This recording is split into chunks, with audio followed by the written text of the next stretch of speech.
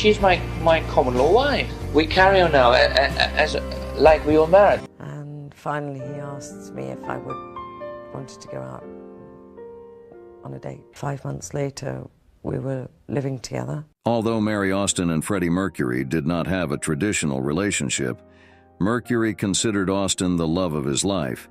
He wrote one of Queen's immortal hits about her, and she was an essential part of the band's entourage. Austin remained by his side until he passed, and he left her a significant portion of his fortune. Considering Freddie Mercury's relationships, both platonic and romantic, the dynamic singer valued the people in his life beyond simple pleasantries. His connection to Austin transcended the ups and downs of their personal and professional relationship. Austin's story and her inspiration for the Queen frontman paint a picture of a friendship that endured against all odds. Mary Austin is more intertwined with the story of Queen and Freddie Mercury than one might realize. Years after his passing, Austin shared her thoughts on their relationship with OK magazine. "I felt we'd had a marriage. We'd lived our vows. We'd done it for better, for worse, for richer, for poorer, in sickness and in health. You could never have let go of Freddie unless he died, and even then it was difficult." Queen's guitar player Brian May met Mary Austin at a show at Imperial College. They went on several dates, but it soon became clear the relationship wasn't going anywhere. As May put it, "She was wary of anyone, and so we'd generally just go out for a drink and say goodnight and have a quick peck on the cheek, and that was it, really." May said it was apparent Mercury liked Austin when they first met, so he didn't mind if his bandmate wanted to date her. But there came a point where Freddie started to talk to me about her, and it became obvious that Freddie wanted to go out with her, and I said, "Well, look, we're not really going out as such, we're just good friends, so I'll introduce you to her," so I did. On the night of his 24th birthday, September 5th, 1970, Mercury asked Austin out, but she said no. She later explained, "I was trying to be cool. Not because there was any reason I couldn't go, but Freddie wasn't put off. We went out the next day instead." Austin admitted that it took her a while to fall in love with Mercury. According to her, once she did, she could never turn away from him. "His pain became my pain, his joy became my joy." Mercury soon became consumed with Austin, and once they started dating, the relationship moved quickly. Within 5 months, the two lived together in a small apartment in London. Austin recalled how they couldn't afford to hang curtains over more than one window and had to share a kitchen and bathroom with another couple.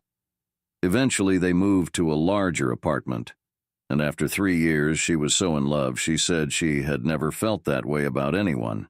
As a young woman, Austin became increasingly interested in the London rock scene and took a job at Biba, a trendy fashion boutique often visited by musicians like Paul McCartney and Mick Jagger. Despite her early career in the fashion world, Austin had insecurities and was drawn to Mercury's courage. Mercury, for his part, loved that Austin could make him laugh. When journalist David Wigg first met Mercury, who was already living with Austin, he remembered watching as the couple enjoyed tea time together. Before Mercury had any money, Austin recalled that the pair just did normal things, including hanging out at concerts and bars. After years of living together, Mercury asked Austin to marry him. Austin was surprised by his proposal on Christmas Day, 1973. It was so unexpected that she had to ask whether the ring was to go on her left or right hand. She remembered, "He bought me a ring and put it in the most enormous box. I opened the box, and inside was another box, and so it went on until I got to this very tiny box. When I opened it, there was this beautiful Egyptian scarab ring. It's supposed to bring good luck. He was very sweet and shy about giving it to me." The couple never married. Austin later had 2 children with painter Piers Cameron, then married and divorced businessman Nick Holford. The romantic relationship between Mercury and Austin lasted 6 years. By the end, Austin began to question Mercury's sexuality. Initially, she thought he was seeing other women, a logical assumption, considering that women routinely mobbed Mercury after concerts. Austin became increasingly insecure in their relationship, but Mercury assured her he wanted her to be a part of his life. All the while, Mercury struggled to come to terms with his sexuality and what it meant for his relationship with Austin. He eventually told her that he thought he might be bisexual. She told him that she believed he was gay. They separated and became platonic friends, developing a profoundly emotional connection over the following years. Mercury bought Austin a $30,000 flat and affectionately referred to her as Old Faithful. Mercury commented that his love affair with Austin ended in tears, but a deep bond grew out of it. And that's something nobody can take away from us. It's unreachable. On another occasion, Mercury said of his relationship with Austin, "Love is the hardest thing to achieve, and the one thing in this business that can let you down the most. I have built up an immense bond with Mary. We have gone through just about everything, and she has always been there for me." He wrote the song Love of My Life about Austin and their bond. It appears on the 1975 album A Night at the Opera. During the 1980s, Austin became a personal assistant to Mercury and Queen. Described by some as more of a gopher, she lived near Mercury in a subsidized flat. As a member of Mercury's management team and a constant presence in his life, Austin frequently appeared with him in front of the cameras. She was also responsible for paying monthly allowances to Mercury's other aides, including Jim Hutton, the frontman's partner. As Mercury's health declined, Austin remained by his side. She recalled one occasion when they were watching footage of a Queen performance from years prior, and Mercury turned to her and said, "To think I used to be so handsome." She remembered having to leave the room because it was too upsetting. We were never allowed to get emotional around him, and that was hard. Austin supported Mercury's decision to keep his illness private until just before he passed. He followed a unique path until the end, as Austin reported. It was Freddie's decision to finally end it all. He chose the time to die. He knew it was coming.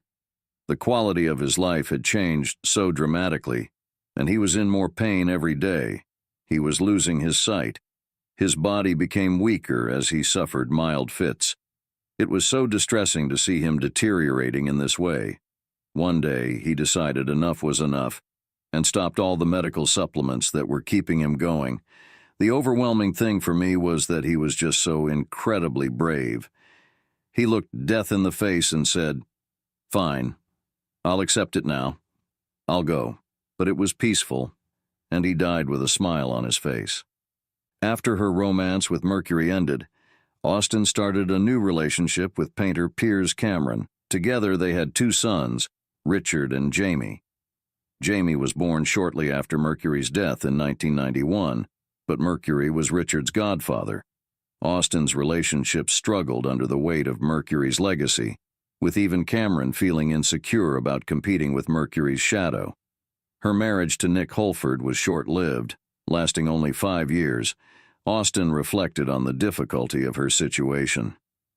"Nick was very brave to take me on, really. I come with a lot of baggage and a significant past. Initially, because of previous broken relationships, I was uncertain about marriage." Journalist David Wigg reported that Austin's parents were both deaf. She described her upbringing as modest, with her father working as a wallpaper trimmer and her mother employed as a domestic worker for a small company. In contrast, Mercury's parents, Bomi and Jer, were strict and had difficulty understanding their son's vibrant personality and passion for music. Mercury's sister, Kashmira, recalled frequent arguments between Mercury and their parents, often leading to a lot of door slamming, particularly over Mercury's social life. Despite these challenges, Mercury and Austin found common ground in their complex family dynamics, even though they were familiar with each other's families. In accordance with Mercury's will, Austin inherited his house and half of his fortune after his death in 1991. A decision Mercury had foreseen might lead to complications. Austin admitted that the inheritance left her feeling out of her depth. Freddie's staff had been like family to me, but after his death most of them left because he'd been so financially generous to them. I had sleepless nights worrying about everything. I felt as if I'd done something wrong, and paranoia set in. Some fans even told me I was only the keeper of the house. That hurt. Mercury's will also included substantial bequests to his parents and sister. His mother accepted the inheritance without question, demonstrating that she regarded Austin as part of the family. Additionally, Mercury's staff, including his partner Jim Hutton, each received $500,000. Austin chose not to redecorate Mercury's house, feeling that his style was already perfect. Mercury requested that Austin keep his ashes in a secret location to prevent anyone from trying to disturb them, as has happened with other famous figures. For 2 years, Austin honored this request by keeping the ashes at Mercury's opulent mansion. She noted that Mercury didn't want anyone trying to dig him up as some obsessive fans might. He wanted it to remain a secret, and it will remain so. Before relocating the ashes, Austin invited Mercury's parents to the mansion for a private prayer session, though they were unaware of the ashes' exact location. Austin described the discreet move. "One morning I just sneaked out of the house with the urn. It had to be like a normal day so the staff wouldn't suspect anything. But nobody will ever know where he is buried because that was his wish.